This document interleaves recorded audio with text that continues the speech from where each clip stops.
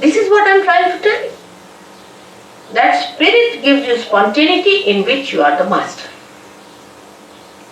You are the master of yourself. Complete master. No enslavement of any kind. No habits formation coming. All habits drop out. You become so spontaneous that I don't have to tell you. You just drop out all habits. And you become a master of yourself. That should happen to you. Instead of that, if you indulge into things which enslave you, you may like it for a while because you can't help it. But if you really sit down, you will know that it's not the thing that you wanted. You wanted to be the master of yourself. Now here in this map, as is shown, we have two powers, left and right powers. The left power is the power that gives us conditioning. Left side, the subconscious, the collective subconscious. That gives us the conditioning. Now if you try to deny all that, then the right side is even worse. It gives us action, but with action we can become very ego-oriented. So both ways it can be troublesome. Supposing you say that alright, I have no conditioning of any type, what's wrong in doing this, what's wrong in doing that? And if you just move with that idea, with that freedom, it will be abandonment, it may not be freedom, because freedom must have wisdom behind it. So both the sides, the movements on both the sides are wrong. So what is alright in the center is not to get conditioned by anything and not to be ego-oriented. But how to do it is the problem. The problem is how to do it. To be spontaneous is to be absolutely free. Now I would consider these two powers as say a brake and an accelerator in a car. Now you use both the powers. You use the brake first, you use the accelerator, you try to control these two powers. But first of all, it is difficult to understand how to use these powers. Gradually, with practice, you know how to drive the car, you become the good driver. After becoming the good driver, still you are not the master of the driver. But then you become the master. So today the master within us is the spirit. But before realization, we are not the master. Because the master has not come in our conscious mind. It is not expressing in our conscious mind, in the sense that we are not empowered by its powers. The spirit exists, it has its own powers. But we haven't felt those powers within us. Once we feel the powers of the spirit, we are empowered by our own powers which are there. The powers are within us. These are our own powers. We don't have to borrow from anyone, ask from anyone, they are in ourselves. The spirit is within us. Only thing that spirit has to give light in our consciousness. It has to come in our consciousness. In simple medical terminology, we can say that the spirit must manifest itself in our central nervous system. In our central nervous system. So that we should know what we are doing. Not that we start just jumping on the chair, or some people said, oh, you just start doing it. It is a process. It's not correct. You are not in conscious mind. You are doing it out of hypnosis. Hypnosis may be coming from outside force. It's not your force, your awareness, your understanding, your power. It is somebody else's because you are not doing it. As matter has a power to overpower us, in the same way, there are some material things, I should say, which are very dangerous, which are placed. For example, now cancer. Take cancer. Cancer overpowers. It's a very serious thing. Cancer overpowers you. You cannot overpower cancer. Take a very concrete example. Now, how is it caused? Doctors say this way, that way. Surge Yoga can cure cancer. Definitely 100%. It can cure. It has cured. Many Surge Yogis have cured cancer. How? It's very simple. That you become master of your son and you master the disease also. You master everything. Because the master is within you. It has not come in your conscious mind. It's the only link is left. And when that happens, yoga takes place, union takes place. We should now completely keep ourselves limited to self-realization. About God, I'll tell you next time. Self-realization means to bring your spirit into your conscious mind. Now, how cancer is caused? Let's see here what happens. It is caused by left-sided activity. Now, left-sided activities are emotional traumas, emotional problems, emotional upheavals, emotional insecurities.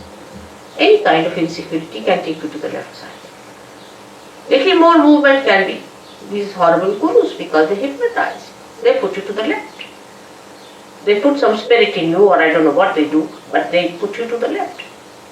Any one of these activities which are not authorized by God, taken to, you go to the left side. Because you cannot ascend in the center. So either you go to the left or to the right. When you overdo these things, it's like black magic. You have another thing here I've heard. Some sort of a organization had. And the fellow, you see, he used to, everything he saw moving in the house, he came to Sahaja Yoga and his water jug was moving there and this was moving there, and he couldn't explain what was happening in his room. He was sitting down and he found something moving from here to here. It happens. What is that? What is that doing this kind of a thing which you cannot control? Again we come to the same. Something you cannot control. So you enter into the realm where you are controlled and you are not under your control. And that realm, when you enter in, I have always seen all the cancer patients are the ones affected by this. Most surprising. They are not aware. They do not know how they get into it. For a lady, supposing say she is suffering from an insecurity about her husband or maybe something, or maybe she thinks that her husband may leave her any time, she loves him, whatever it is. Such a woman might get a breast cancer. Because the insecurity is set in one of the centers there, which you can see here, the center of the heart. Center heart as we call it. Now if this center goes out of order, if a woman feels insecure for anything whatsoever, she is capable, she is vulnerable to be attacked and she can get into cancer. So we have to understand life in totality and not in one way. The total impact of life, the total effect of life, the total relationship with life must be understood. Now no doctor knows this. Will you know? When he treats a patient for the, say, breast cancer, will he know that this lady is insecure? There's another disease, anorexia. Many girls suffer from. They don't just eat, they just give up eating. Now, you do not know why it happens. Doctors can't cure it. Nobody can cure it. What is the reason? The relationship of a girl, of a daughter with a father. Say father dies and the daughter doesn't see the father. Or she, in heart, she loves her father but she doesn't express it. Or there's some bad relationship that comes between the father and the daughter. You get this double anorexia. You'll be amazed. But it is impossible for doctors to get it. We have some doctors sitting here. It is impossible for any medical science to go near it. Because they do not see a human being in its totality. It's a very delicate instrument God has created. The way we are harsh with others, the way we sometimes try to trouble others, try to make others feel insecure, are unfair, unjust. Without our knowledge, we really give them a tremendous insecurity. And such insecurities can work out incurable diseases of which we are not aware. So to understand the totality, what should happen to us? We should achieve that state where we can see the totality. Like if I have to see now, for example, the whole of Brighton, what should I do? I should go on a plane and see it from that height. I can see the whole. In the same way, in your awareness, in your understanding, you should rise to that point from where we can see the whole. If you cannot see the whole, the partial vision, or we can say a little that you see, can create confusion, can create problems, and some of them could be of a very, very serious nature. Because as human beings, we do not know what are we. This is the greatest problem of human beings, that they say, I don't like it. Now which one is this I?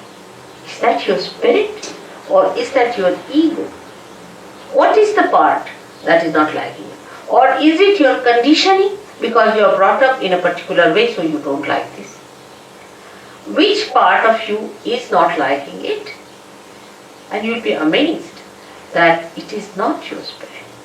Because if spirit likes, how will you know? It's only through your vibrations. When you can feel the vibrations, then only you will say, yes, my spirit likes it, because the vibrations are emitted.